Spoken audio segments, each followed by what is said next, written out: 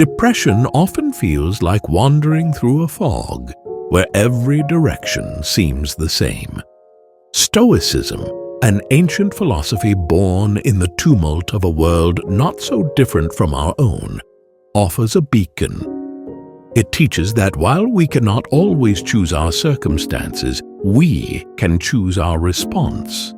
This empowerment through choice is a vital first step on the path to healing. Welcome, dear friends, to Inner Stoic, our sanctuary for the soul, where ancient wisdom meets our modern struggles. Today we embark on a journey of understanding, a path to inner peace through the Stoic lens, especially focusing on navigating the tempestuous seas of depression. Join our community of seekers, thinkers, and doers. Like, share, and subscribe to spread the light of wisdom far and wide. Your engagement helps others find solace and strength in their moments of need. Before we start, let's first understand, what is depression? Depression, a shadow that can dim the brightest of days, challenges us at the very core of our being. Stoicism, with its profound insights into human nature, offers a unique perspective. It teaches us that while we may not control external events, we can master our reactions, shaping our inner landscape toward peace and resilience. Principle 1. Focus on what you can control. In the face of life's storms, Stoicism teaches us to anchor ourselves in the domain of our own actions and reactions. Consider the dichotomy of control, a foundational Stoic concept introduced by Epictetus, which distinguishes between what is in our control and what isn't. Our thoughts, our will, our responses are ours to command. External events, however, play out with a degree of randomness and chaos that we can influence, but never fully direct. Let's reflect on this through the story of Elena, who found herself overwhelmed by the uncertainty of her company's future. Sleepless nights and constant worry became her norm until she discovered the power of focusing on her sphere of influence. Elena began dedicating her energy to enhancing her skills, networking, and exploring new career possibilities. This shift didn't change the external uncertainty, but transformed her inner landscape from one of fear to empowerment. Try this exercise. For the next week, each night, jot down moments you felt frustrated by things outside your control. Next to each, write down an aspect of the situation you can influence. This practice can shift your focus from external uncertainties to your own actions, cultivating a sense of agency and peace. Principle 2. Living in accordance with nature. Stoicism invites us to live in harmony with our true nature, advocating for a life that's in sync with our core values and virtues. Marcus Aurelius, a Stoic emperor, saw this as living in accordance with the rational and communal nature of human beings. To live rightly is to act with integrity, reason, and in service to others. Take Sarah, who spent years in a career that paid well but contradicted her values. The realization that her work was misaligned with her personal ethics led her to a career change. Sarah transitioned to a role where she could contribute positively to her community, finding deep fulfillment and happiness.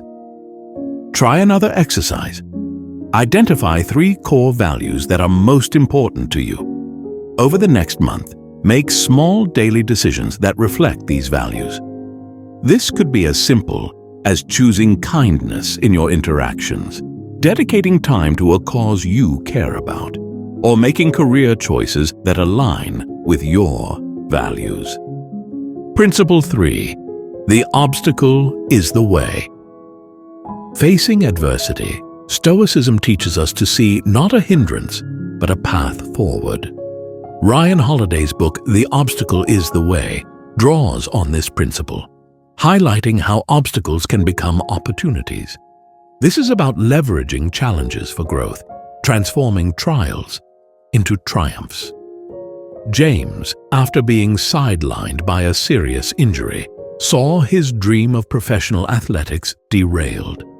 Instead of succumbing to despair, he embraced his rehabilitation as a journey toward a different kind of strength.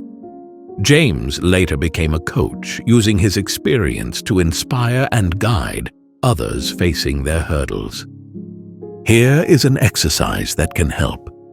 Think of a current challenge in your life as a boulder blocking your path. Now, imagine this boulder not as a barrier, but as a stepping stone. How can you leverage this obstacle for personal growth or to help others? Principle 4. Memento Mori and gratitude. Remembering that we will not live forever, Memento Mori, encourages us not to fear death, but to embrace life more fully. This awareness of mortality can be a profound source of gratitude and clarity, pushing us to live with intention and appreciate the present moment. Consider Thomas, who, after a close call with illness, began practicing daily gratitude.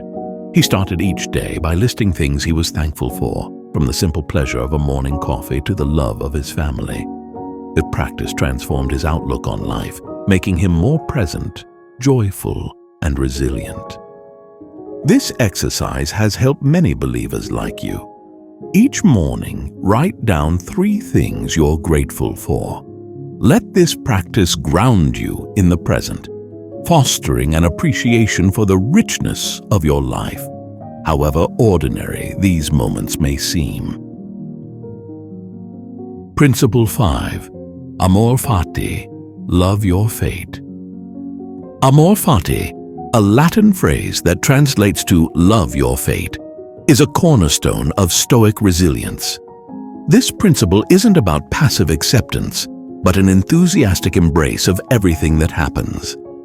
Nietzsche famously associated himself with this concept, urging us not only to bear what is necessary, but to love it. Consider Laura, who faced unexpected life changes when she moved to a new city for a job that fell through. Instead of resentment, Laura embraced the unknown with curiosity and openness. This led her to discover new passions and form deep connections she never anticipated. Her story exemplifies Amor Fati, turning a seemingly negative fate into a cherished life chapter.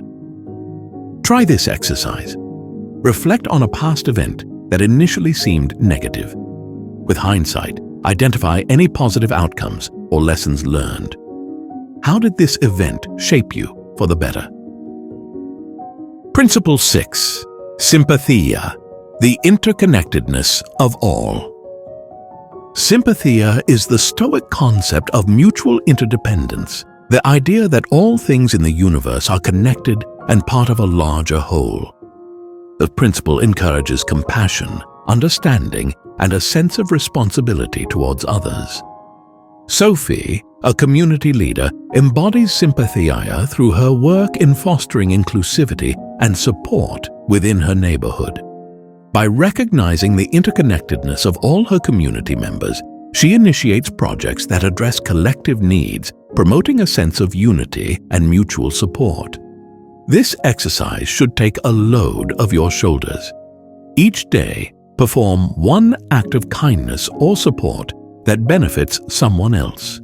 It can be as simple as a thoughtful message, helping a neighbor, or volunteering. Notice how these actions not only affect others, but enrich your own sense of connection and purpose. To love one's fate is to embrace life's full spectrum, understanding that each experience shapes us. This principle does not ask us to be passive, but to engage actively with our lives, recognizing each moment's value. As we close, remember that Stoicism, like any philosophy, is a guide, not a panacea. It offers tools for resilience, happiness, and wisdom. Your journey is unique, and your stories are powerful. By sharing your experiences and how you've applied these principles, you contribute to a community of support and inspiration. If today's conversation sparked a thought, a feeling, or even a small realization, don't hesitate to engage below. Share this video, and perhaps, most importantly, share your story with those around you. And remember, in moments of doubt or struggle, reaching out for professional help is a courageous step forward.